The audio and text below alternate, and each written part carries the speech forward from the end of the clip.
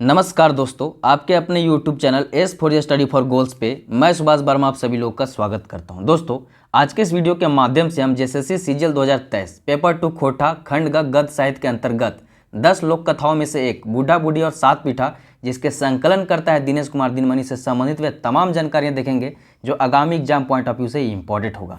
दोस्तों, उससे पहले मैं बता दूँ कि S for study for goals का टेलीग्राम चैनल है और S for study for goals का एक सेपरेट खोटा का भी चैनल है। अगर आप इन दोनों चैनलों से जुड़ते हैं तो यहाँ पे आपको मिल जाएगा प्रत्येक Sunday free mock test paper 3 का, जो कि बाइलिंगुअल होता है। उसी तरह से एक हमारा पार्टिकुलर खोटा का भी टेलीग्राम चैनल है जहाँ पे 4000 प्लस लोग जुड़ चुके हैं। अगर आपने इस ग्रुप से नहीं जुड़ा है तो जरूर जुड़े। यहाँ पे S for study for goals के द्वारा जो प्रोवाइड कराई जाती है खोटा के कंटेंट, वो आपको फ्री में मिल जाएगा। अब आइए इस वीडियो पर लौटते हैं। दोस्तों, चूँकि खोटा लोक कथा बूढ़ा बूढ़ी और सात पीठा के संकलन करता है दिनेश कुमार दिनमणि सर, तो इनसे संबंधित जानकारियाँ आपके लिए इंपॉर्टेंट हो जाता है। दोस्तों, इनका जन्म 13 सितंबर 1969 को 12 डी बोकारो में हुई है और ये दोनों जानकारी इनके बारे में पूछी गई है प्रीवियस ईयर क्वेश्चंस में। दोस्तों, इनका उपनाम है दिनमणि, इनके माता जी का नाम फूल देवी है और इनके पिताजी का नाम महेश्वर महतो है।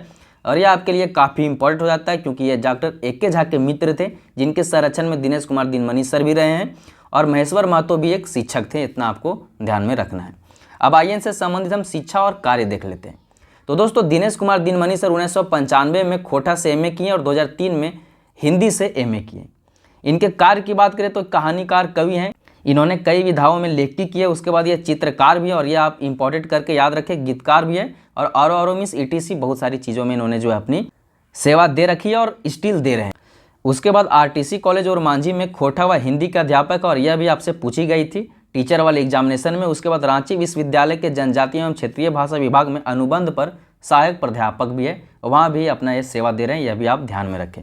अगर इनकी प्रमुख कृतियों की अगर हम बात करें तो धर्म कर्म कहानी, जो कि आपको उत्पाद सिपाही में पढ़ना है। फूलकोबी झोर कहानी, यह भी इनकी कृति है। सोहन लागे रे गीत संग्रह, यह भी इनकी कृति है। उसके बाद बूढ़ा बूढ़ी और सात पीठा और खूटा भीतर चिया गोटा, दो लोक कथाएँ हैं, लोक कथा संकलन इन्होंने ही किया। उसके बाद बोने पागले सैया कोयर, यह गीत है और यह जेएसएससी सीजीएल के नए वाले सिलेबस में एडेड है। तो यह इनकी कुछ प्रमुख कृतियाँ आप वर्तमान में देख लें। उसके बाद अगर बात करें इनके सम्मानों की, जो आपसे एग्जामिनेशन में पूछा जा सकता है, तो वह खोटा रत्न है, जो कि 2011 में इन्हें बोकारो खोटा कमेटी के द्वारा प्रदान की गई। उसके अलावा श्रीनिवास पावनी प्रबुद्ध सम्मान और खोटा श्री सम्मान से भी ये सम्मानित किए जा चुके हैं। और इनसे जुड़ी एक बहुत ही बेहतरीन चीज़ है कि 1988 में इन्होंने खोटा की स्वतंत्र लिपि लिखी थी, लेकिन वह उसे स्वीकृति नहीं मिली। तो इतना बातें इनसे संबंधित आप याद रख सकते हैं। अब चलिए लौटते हैं कहानी पे। तो आज की हमारी जो कहानी है, लोक कथा कहानी है, वह है बूढ़ा बूढ़ी और सात पीठा। अब इसमें हम सबसे पहले पात्र परिचय देख लेते हैं कि इस कहानी में कौन कौन से लोग हैं। तो इस कहानी में एक बूढ़ा एक बूढ़ी और गाँव के कुछ लोग हैं, और बेसिकली अगर देखा जाए तो गाँव के 7 लोग हैं। ठीक है, इन 7 लोगों के बारे में आपको इस कहानी में बताया जाएगा।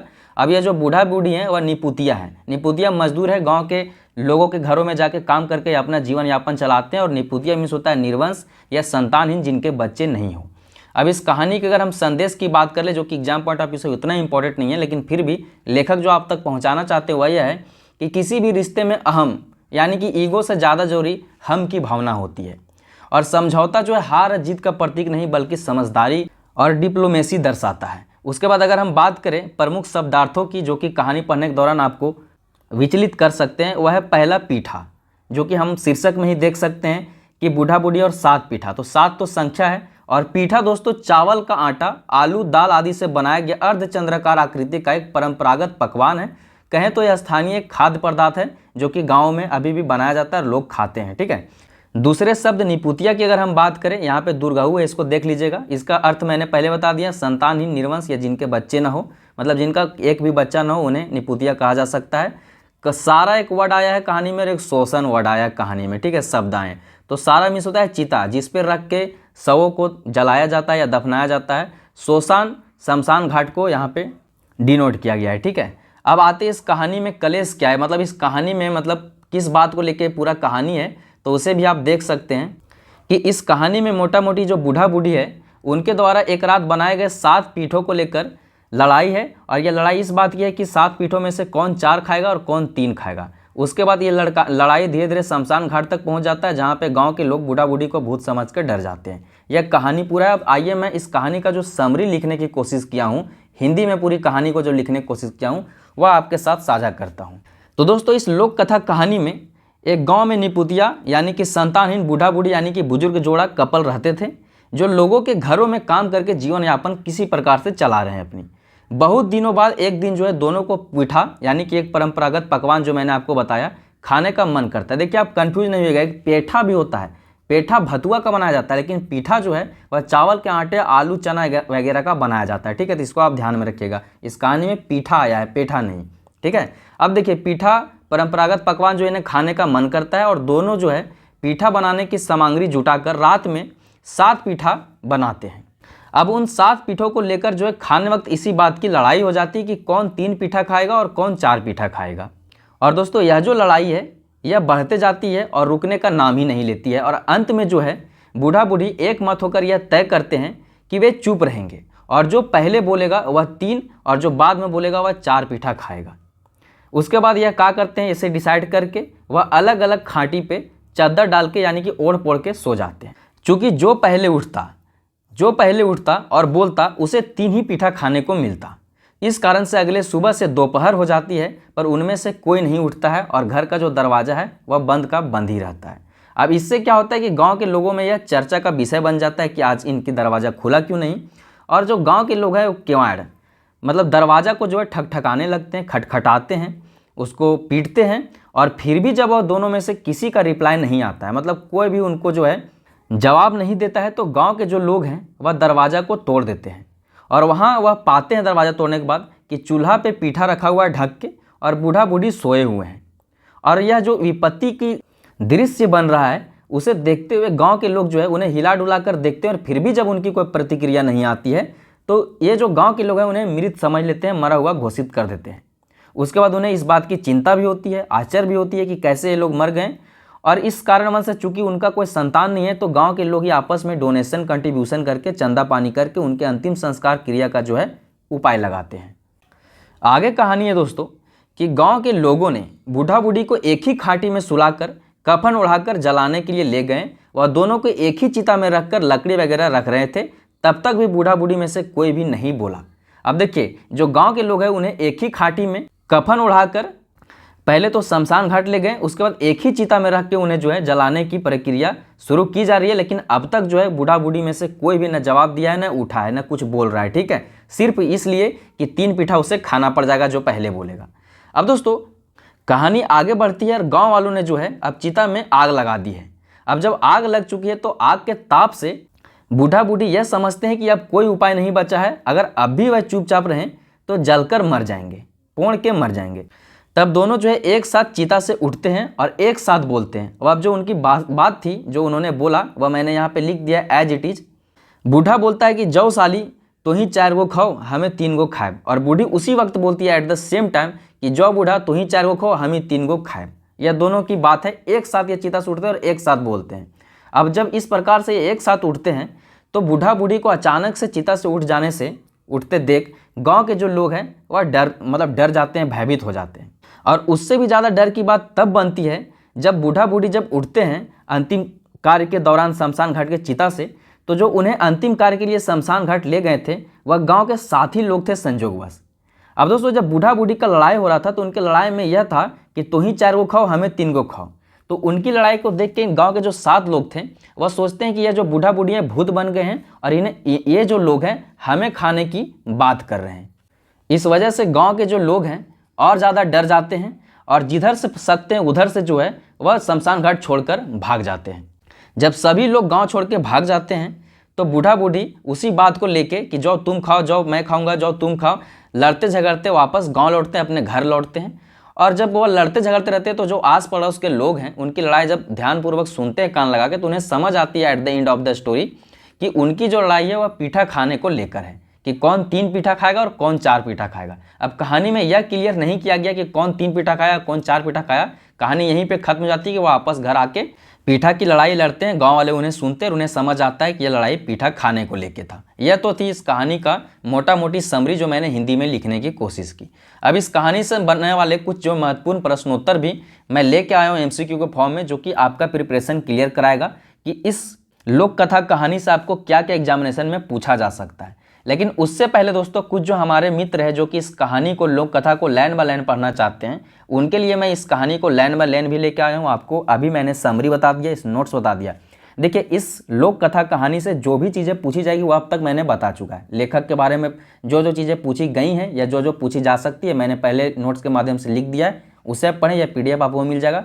उसके बाद कहानी का जो पात्र होता है जहाँ से क्वेश्चंस पूछे जाते हैं वह भी लिख दिया। उसके बाद कहानी का समरी भी लिख दिया ताकि आपको मोटा मोटी समझ में आ जाए कहानी में क्या है। अब आप जो है लाइन बाय लाइन कहानी भी पढ़ लीजिए ताकि आपको कहानी एकदम याद हो जाए और खुद से आप इस कहानी का निष्कर्ष निकाल सके।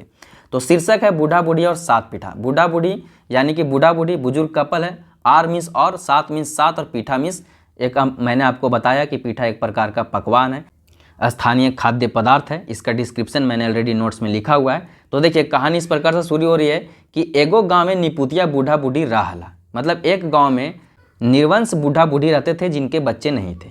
दुइयो जन एकर ओकर हुआ काम कर कोनो रकम गुजर करवाला। दोनों जो है अभी इसके घर में कभी उसके घर में काम करके किसी प्रकार से अपना गुजर बसर करते थे, मतलब जीवन यापन कर रहे थे। ढेर दिन पर एक दिन दुइयो पीठा खाए के मन भेले। बहुत दिनों के बाद एक दिन दोनों को पीठा खाने का मन हुआ। दुइयो बूढ़ा बूढ़ी पीठा का जिनिस पत्तर जुगाड़ कर रायते पीठा बनावला।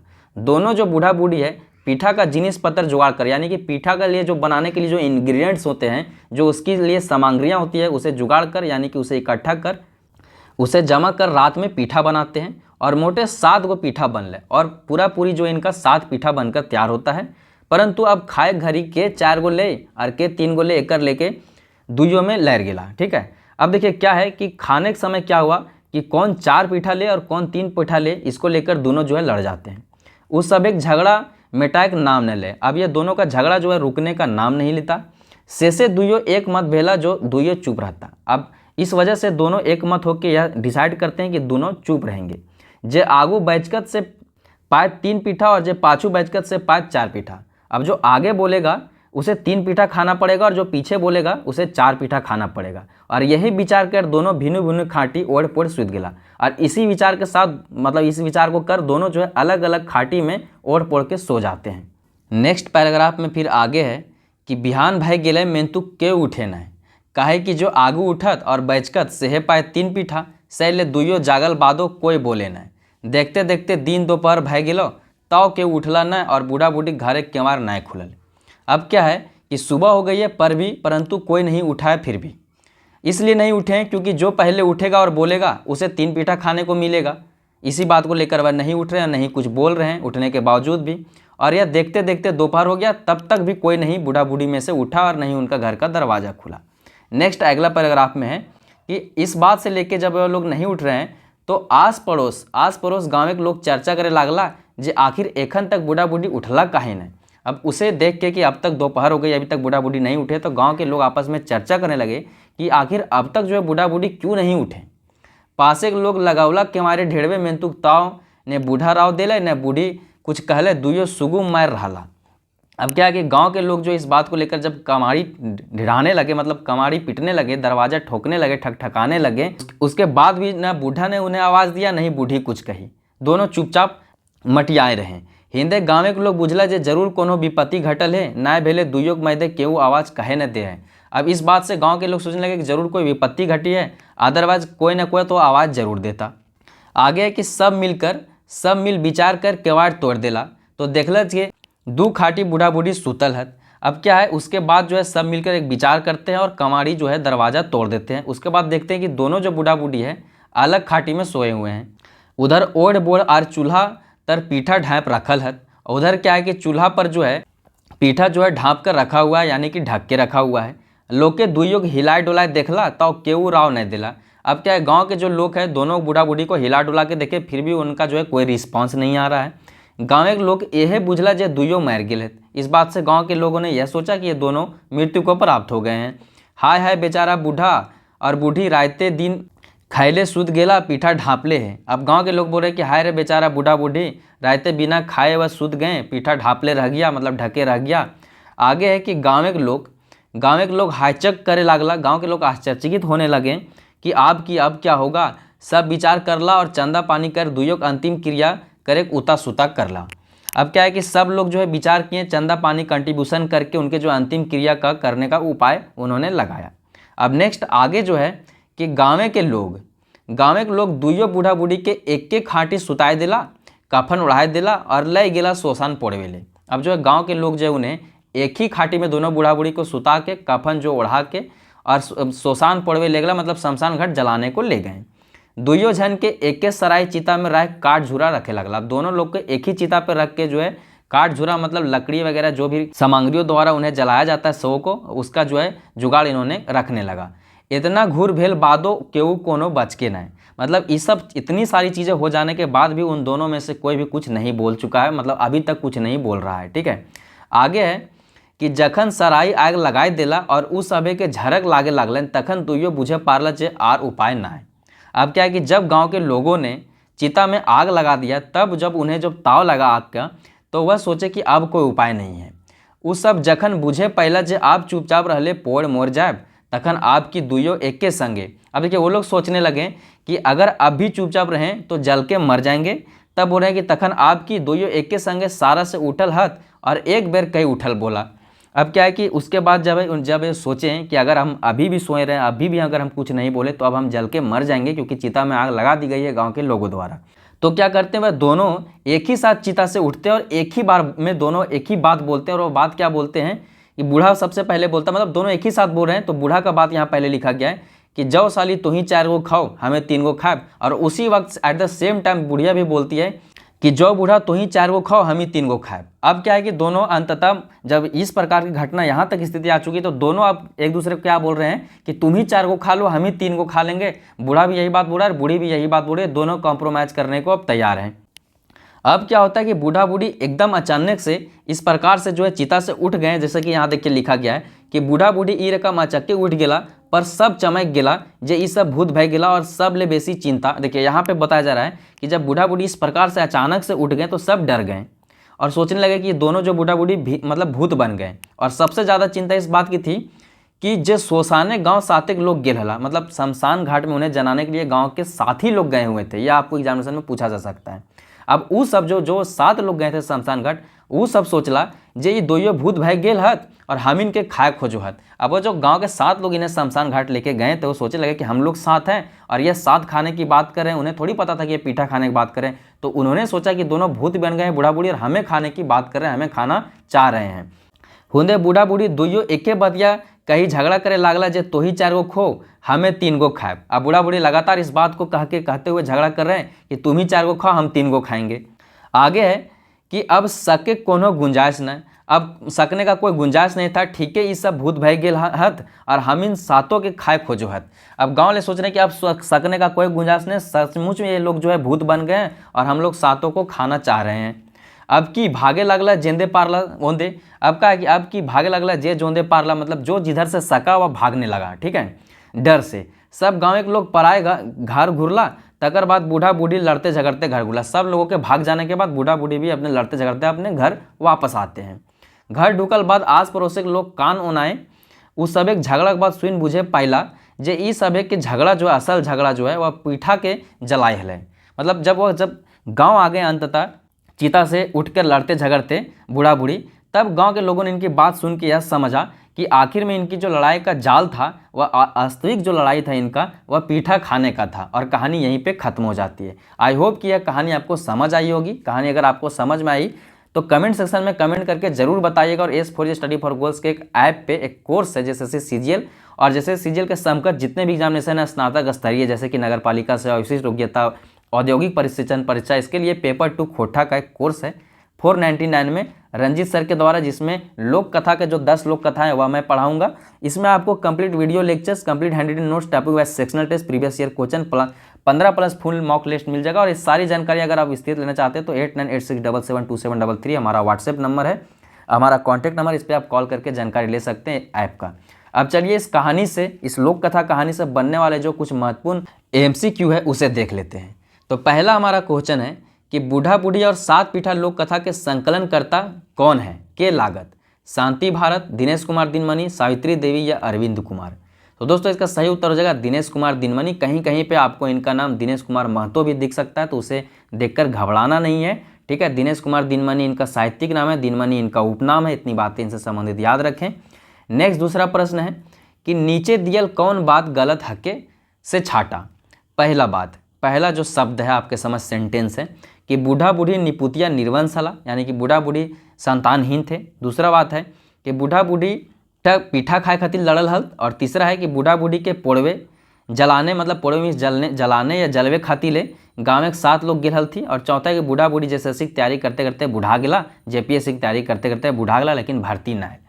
तो इसमें दोस्तों जो गलत सेंटेंस है, इस कहानी में इस बात का कोई जिक्र नहीं है, तो यह हो जाएगा यहाँ पे गलत सेंटेंस। बाकी तीनों बात सही है कि बूढ़ा बूढ़ी निपुतिया थे, बूढ़ा बूढ़ी पीठा खाने के लिए झगड़ा कर रहे थे, कौन 3 खाएगा कौन 4 खाएगा, और बूढ़ा बूढ़ी को जो जलाने के लिए गाँव के 7 लोग ले गए थे। तीसरा प्रश्न है आपके समझ कि बूढ़ा बूढ़ी कर कौची खाए मन भेल हले, या बूढ़ा बूढ़ी और 7 पीठा लोक कथा में बूढ़ा बूढ़ी कौची खाए खातिर झगड़ल हलत, पीठा पेठा ढुसका या पूरी सब्जी। तो इसका सही उत्तर हो जाएगा ऑप्शन नंबर ए, बूढ़ा बूढ़ी पीठा खाने के लिए झगड़े थे। नेक्स्ट हमारा चौथा प्रश्न है कि बूढ़ा बूढ़ी रायते कैगो पीठा बनौले हन, मतलब बूढ़ा बूढ़ी रात में जब उन्हें पीठा खाने का मन किया था तो कितना पीठा उन्होंने बनाया था, 5, 7, 11 या 3। तो इसका सही उत्तर हो जाएगा ऑप्शन नंबर बी, 7 पीठा उन्होंने बनाया था। और इसी को खाने के लिए जो उनमें लड़ाई छिड़ गई कि कौन 4 खाएगा कौन 3 खाएगा, इंस्टेड ऑफ कि 3.5 कर ले। नेक्स्ट हमारा 5वां प्रश्न है कि दिनेश कुमार दिनमणि हक्के कवि कहानीकार हैं, चित्रकार हैं, गीतकार हैं या सब है। तो दोस्तों इसका सही उत्तर हो जाएगा ऑप्शन नंबर डी, सब है। यह चित्रकार भी है और इसके एकदम आप VBI कर लीजिए चित्रकार को, यह जरूर पूछा जा सकता है। गीतकार भी, कहानी कविकार तो है ही, बहुत सारी विधाओं में इन्होंने लेख की अपनी की और बहुत से प्रकार की अच्छी अच्छी चीज़ें इन्होंने समाज तक पहुँचाई है। नेक्स्ट छठा प्रश्न है कि दिनेश दिनमणि जी संकलन कर लोक कथा लागे। पहला ऑप्शन नंबर है बूढ़ा बूढ़ी और 7 पीठा, ऑप्शन नंबर बी खूटा भीतर चिया गोटा, ऑप्शन नंबर सी ए और बी दुइयो, और ऑप्शन नंबर ए बूढ़ी और ओकर नाती। तो इसका सही ऑप्शन हो जाएगा ऑप्शन नंबर सी, बूढ़ा बूढ़ी और 7 पीठा, खूटा भीतर चिया गोटा, दोनों आपके जैसे सीजीएल के सिलेबस में है खंड गल लोक कथा में। और यह आपका आज के वीडियो में तो बूढ़ा बूढ़ी 7 पीठा पढ़ा दिया गया। नेक्स्ट वीडियो में खूटा भीतर चिया गोटा भी आपको बता दी जाएगी। बूढ़ा और ओकर नाती यह भी आपके सिलेबस में एक लोक कथा है। आप कमेंट सेक्शन में कमेंट करके जरूर बताइएगा कि इसके लेखक या संकलनकर्ता कौन है। नेक्स्ट 7वां प्रश्न है कि दिनेश दिनमणि कौन कॉलेज के प्रोफेसर लागत, या प्रीवियस ईयर क्वेश्चन है, यह एक बार पूछा गया था एग्जामिनेशन में। तो यहाँ पे ऑप्शन है RTC college Ormanjhi, option number B Ranchi college Ranchi, option number C Bokaro steel city Bokaro, option number D Ramgarh college Ramgarh. तो दोस्तों इसका सही उत्तर हो जाएगा option number A, RTC college Ormanjhi में हिंदी और खोटा दोनों के प्रोफेसर है, तो इसको आप ध्यान में रख सकते हैं। नेक्स्ट 8वां प्रश्न है कि दिनमणि जी जन्म बछर छाटा 1964, यह भी क्वेश्चन पूछा गया है 1964, 1969, 1986, 1952। इसका सही उत्तर हो जाएगा ऑप्शन नंबर बी, यहाँ पे 13 सितंबर 1969 को जो इनका जन्म हुआ, इसको आप ध्यान में रखें। नेक्स्ट 9वां प्रश्न है कि दिनेश कुमार दिनमणि जी बापे का नाम बतावा, यह भी पूछा गया है question. Option number A Maheshwar Mahato, option number B Kedarnath Mahato, option number C doctor AK Jha, option number D Parveen Mahato. तो दोस्तों दिनेश कुमार दिनमणि सर का जो पिताजी का नाम है वो महेश्वर महतो है। डॉक्टर AK झा इनके पिताजी के दोस्त थे और परवीन महतो परवीन इनके बेटा का नाम है। ठीक है, महतो मैंने अपने साइड कर दिया है। नेक्स्ट आज का हमारा 10वां प्रश्न है कि दिनमणि जी जन्म ठाव बतावा, Gidhaur Chatra, Bhendra Bokaro, option number C और Manjhi Ranchi, option number D Baradi Bokaro. तो इसका सही उत्तर जो हो जाएगा वह बाराडी बोकारो इनका जो है जन्म स्थान है। यह भी पूछा गया था प्रीवियस ईयर क्वेश्चन में, आप देख सकते हैं। अब दोस्तों और भी देखिए यहाँ पे आपको 10 क्वेश्चन सब इस कहानी से कराए गए और यह जो संभावित प्रश्न था यह एक प्रकार का मॉडल है आपको समझाने का तरीका कि किस प्रकार से क्वेश्चंस एग्जामिनेशन में आपको पूछे जा सकते हैं। अगर आप और भी कोई मतलब सेक्शनल टेस्ट प्रैक्टिस करना चाहते हैं या इस कहानी से बनने वाले और भी क्वेश्चन प्रैक्टिस करना चाहते हैं तो आप S for study for goals का ऐप डाउनलोड कर लीजिए। वहाँ पे आपको सेक्शनल टेस्ट और बाद में आपको जो है पूरा फुल लेंथ टेस्ट के माध्यम से हर एक प्रकार से जो है क्वेश्चंस करा दी जाएगी। अब मैं आपको बता दूं कि इसी प्रकार से जिस प्रकार से झारखंड सचिवालय पेपर 2 खोटा के लिए कंप्लीट खोटा कोर्स है, उसी प्रकार से झारखंड उत्पाद सिपाही के लिए कंप्लीट खोटा नाम से एक कोर्स है और यह कोर्स कंप्लीट कोर्स है।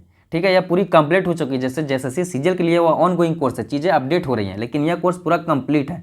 यह सारी चीज़ें आपको इस कोर्स में मिल जाएगी। आप ऐप विजिट करिए और इस कोर्स में जरूर इनरोल हो जाइए अगर आप उत्पाद सिपाही का प्रिपरेशन कर रहे हैं तो। और अगर आप जैसे सीजीएल झारखंड सचिवालय आपकी बार एसओ पार की तैयारी कर रहे हैं तो आप इस कोर्स से पेपर 2 खोटा का तैयारी करने के लिए जरूर जुड़ें। और बात बाकी आप कमेंट सेक्शन में कमेंट करके जरूर बताइएगा कि आपको यह नोट्स कैसी लगी, लिखने का तरीका कैसे लगा, आपके लिए कितना यूजफुल है यह समरी, आपके लिए कितना यूजफुल है यह नोट्स, और क्या इंप्रूवमेंट करना चाहिए और क्या चाहिए आपको इस कहानी में। जैसे पिछली बार दोस्तों ने कमेंट किया था कि जो आपने हिंदी में समरी लिखा है उसे भी आप एक्सप्लेन कर दीजिए, तो मैंने इस बार उस हिंदी समरी को भी एक्सप्लेन किया, उसके बाद लाइन बाय लाइन कहानी पढ़ाया। और आप क्या चाहते हैं बोलिए नेक्स्ट वीडियो में अपडेट कर दी जाएगी। अंततः वीडियो में यहाँ तक बने रहने के लिए बहुत बहुत धन्यवाद। वीडियो अगर आपको पसंद आया तो वीडियो ज़्यादा से ज़्यादा शेयर करना है, अपने वो दोस्तों के साथ साझा करना है। देखिए अगर आप नहीं उन्हें वीडियो भेजिएगा तो कोई ना कोई तो उसे वीडियो भेज देगा, तो कोशिश करें कि उन तक मदद आपके द्वारा ही पहुंचे ताकि वह आपका नाम ले। अपने व्हाट्सएप स्टेटस के साथ साझा करिए, इंस्टाग्राम में साझा करिए, दोस्तों को भेजिए, मतलब इस यूट्यूब चैनल को सब्सक्राइब कर बेल आइकन दबा दीजिए ताकि आपको नेक्स्ट वीडियोज़ मिले। और अगर आपने S4J स्टडी फॉर गोल्स का ऐप डाउनलोड नहीं किया तो ऐप जरूर डाउनलोड कर लीजिए। अंततः मिलते हैं फिर नेक्स्ट वीडियो में इसी सीरीज में, तब तक के लिए जय हिंद, जय झारखंड, जोहार झारखंड।